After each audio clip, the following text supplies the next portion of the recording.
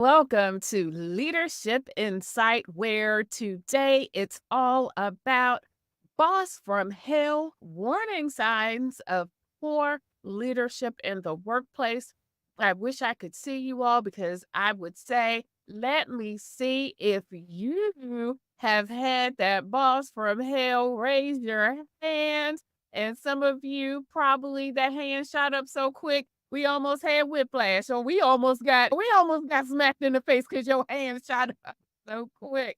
Hopefully, you had a boss from hell and you're not currently in that particular camp. But if you are, make sure you listen in because we're going to give you some tips and some things that we need you to think about and act upon in your own journey. Don't forget to like and subscribe from whatever platform you're watching this on.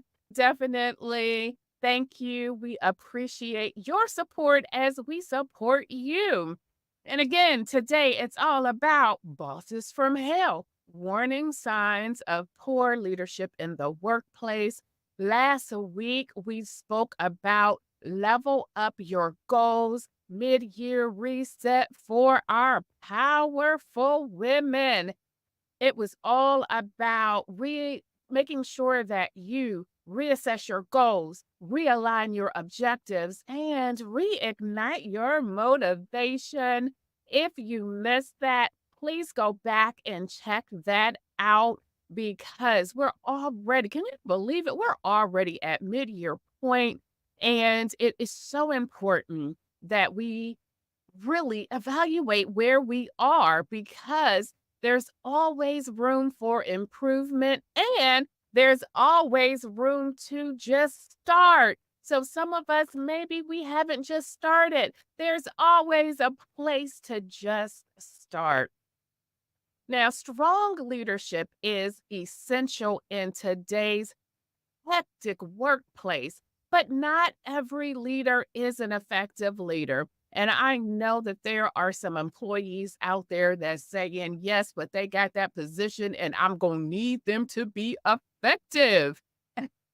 But we recognize that everyone is not there. And I want to make sure that you have those tips so that you won't be pulling your hair out and you won't be stressing, or at least stressing a little bit less.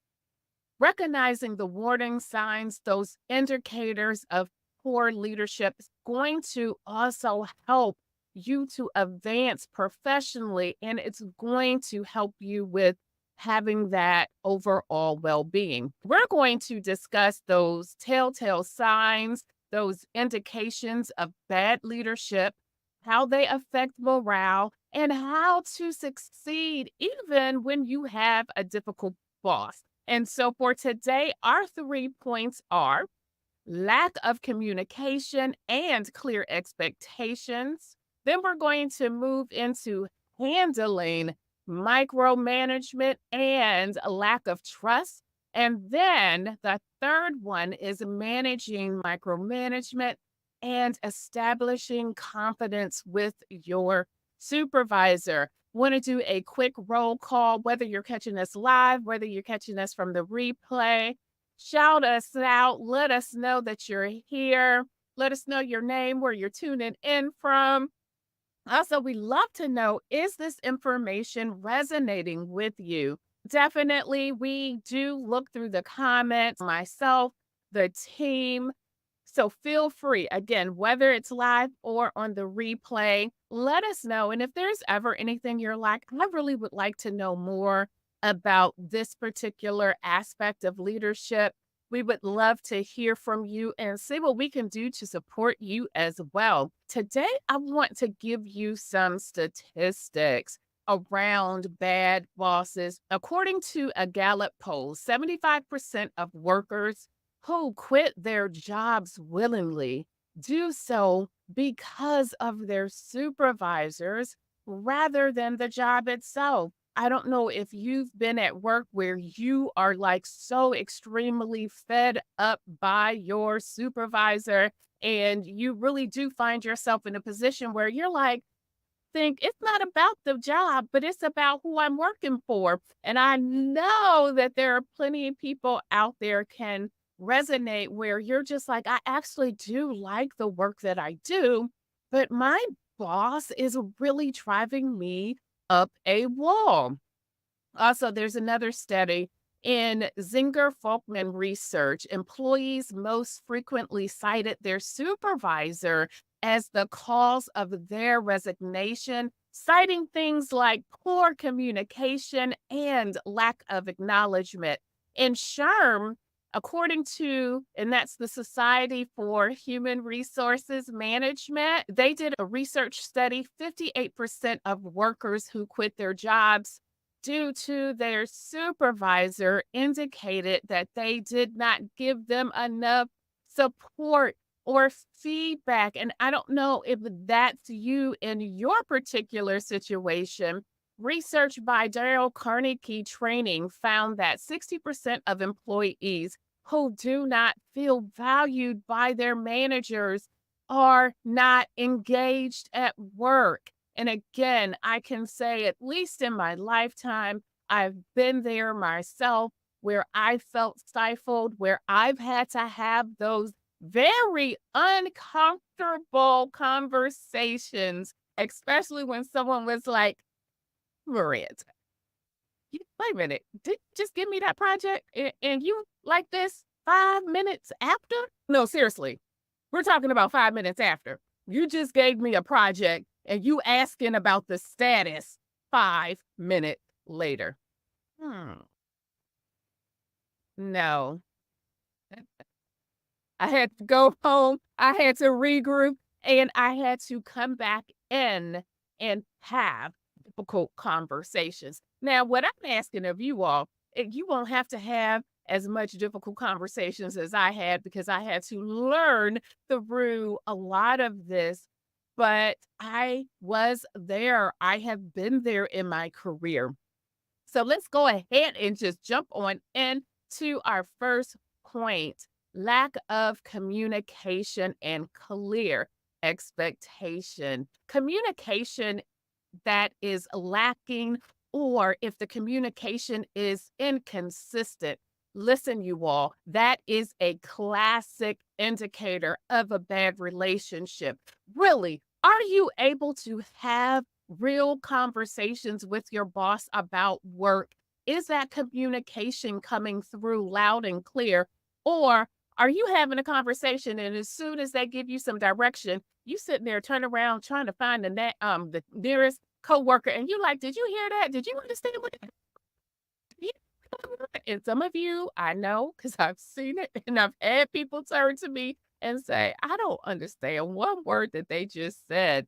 It can be difficult to deal with ambiguous communication and bad leadership. A lousy supervisor might not set clear expectations. Employees may feel unclear about their duties and responsibilities if management doesn't set clear expectation.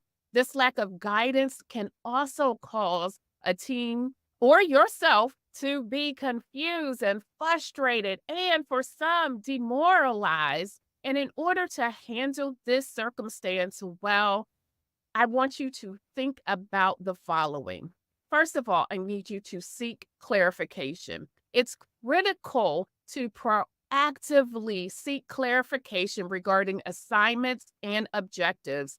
Do not be afraid to clarify your comprehension and ask questions to ensure that you are on track. And then document everything. I want you to keep track of everything. Maintain thorough records of all your correspondence, your assignments, and your instructions. In the event there are future disagreements or miscommunication, this is going to allow you to protect yourself in the future. Set personal goals. Even in situations where leadership is missing, you still can maintain your focus and your motivation by setting your own specific, measurable goals. And so, if your boss isn't giving you any, that doesn't mean that you don't have any. You step up for yourself. You keep your sense of purpose and direction in your work by establishing your own goals. Now, our second point is going to be handling micromanagement and lack of trust. You know, that, oh my gosh, is it done yet? Hold on. Is it done yet? As you keep tapping, as someone keep tapping you in the shoulder, is it done yet? Micromanagement. Listen, micromanagement can have such a detrimental effect on worker morale and productivity, and it is frequently an indication of a lousy manager. When managers don't trust their staff to complete work on time and on their own, creativity will suffer and staff members will feel underappreciated. That's where we can find a lot of burnout and stress levels rising as a result of their neglect or bad management style. So, here are some samples and some suggestions that can help you in dealing with this. First, I want you to think about, okay, maybe this person doesn't trust me. So, we're going to develop trust gradually. And let me give you another tip. Stop waiting for your supervisor to be the bigger person. And I know we shouldn't have to do this. You shouldn't have to. I recognize this. However, you have the wherewithal within you to make sure if it doesn't seem like there's trust there, then you step up and you start developing that trust. Show that you are dependable by delivering excellent work on schedule every time. You can progressively gain your boss's trust and increase your job autonomy by doing this. So it even goes back to you creating your own, when we talked about in the first point, where you set your own personal goals so you can gain that trust from your boss. Also, make sure, another tip, some of you, because I've heard this time and time again, they should know what I do. They should know what I do. Stop it. Stop it. Stop it. I agree. Should they typically know what you do? Should your boss know? Yes, but that doesn't mean that they know every nick and cranny. Inform your supervisor of your work progress, sending them updates and check ins on a regular basis. It really is going to help them that you are doing meaningful work and you're getting the job done. Again, please, I know they should know what you do. However, nothing stops you for keeping them informed. And then I want you to seek feedback, express your wants, your desire to improve. Ask for feedback, ask for constructive criticism. Actively seek feedback might sometimes reduce the need for your supervisor to micromanage you, to oversee every aspect of your work. And so, all of this also is going to help your communication, it's going to help the micromanagement, and you're going to start to move into more of a trusting environment. And our third point is going to be managing micromanagement and establishing confidence with your supervisor. Neglecting their employees' personal development is a common trait of a bad supervisor. You have noticed that your supervisor really doesn't care about your personal development. I'm not saying that means that they are a bad supervisor. I'm saying that is definitely a trait. When is the last time your supervisor actually asked about your career growth? That they actually said, where do you want to be in the next 3 years? Where do you want to be in 5? How can I help to get you there? If you haven't had that conversation in a while, Now, listen, some of you have said to your supervisor, listen, I don't want to grow. I have about 7 years to go and leave me alone because I just want to do my job. And I know that some of y'all have said, just want to do my job.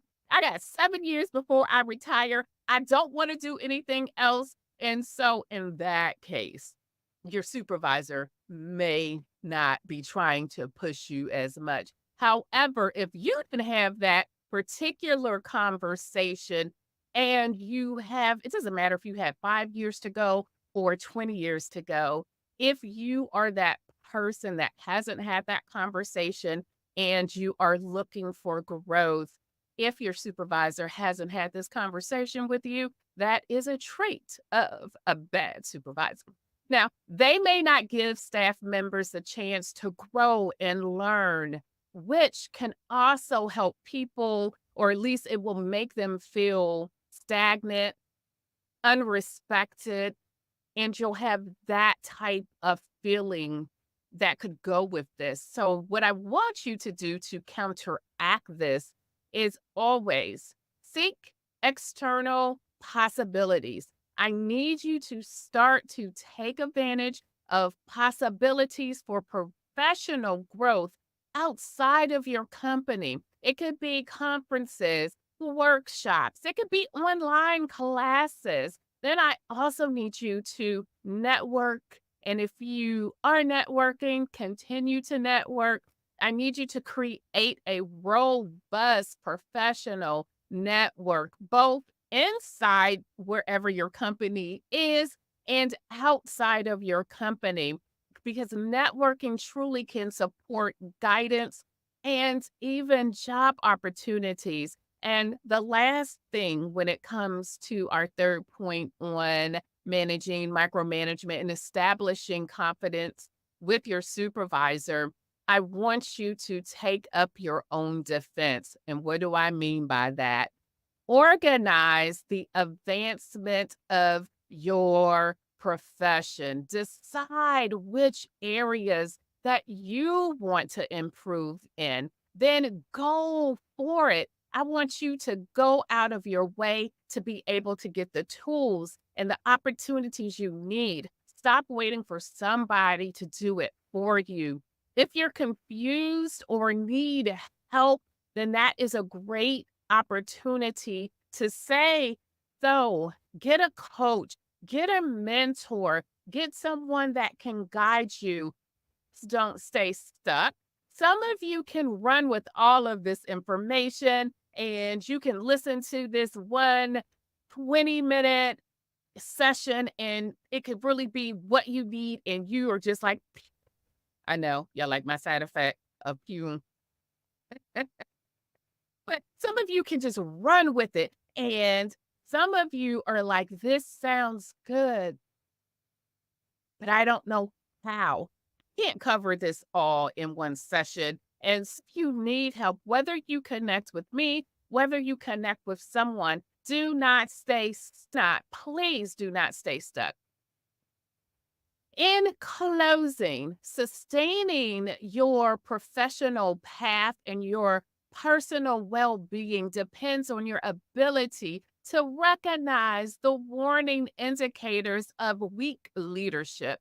And no, again, I said this at the beginning. I wish we didn't even have to have this conversation, but reality is some of you out there have super great supervisors, and some of you out there have lousy ones. Some of you out there may have just newer supervisors. And with a newer supervisor, sometimes it takes them a minute to get their sea legs, if you will. Sometimes it takes a minute to really find their rhythm. So even if it's a new supervisor, maybe give them a little bit grace. But I do recognize that there are some bad supervisors out there. And you need to recognize it as well and know what you need to do to overcome that. So we've talked about the detrimental effects that poor support, micromanagement, and communication may have on morale. However, you may thrive even in demanding leadership environments if you set clear expectation, cultivate that trust, Relax and accept constructive criticism and speak up for your own growth. Recall that you are in charge of your career and that with correct techniques and attitude, you can overcome the leadership abyss. All right. So remember, we went over three things today: lack of communication, clear expectation, handling micromanagement, and lack of trust, and managing micromanagement and establishing confidence with your supervisor. I always like to end with a quote, and this quote is: success is not final, failure is not fatal. It is the courage to continue that counts. So, with that being said, have the courage to continue, keep pushing forward, and remember that even when faced with poor leadership, you, my dear, have the power to succeed. Join me next week for incredible insights. You deserve nothing but the best. It's my goal to ensure that you move to your next level. Let's take your career to new heights together.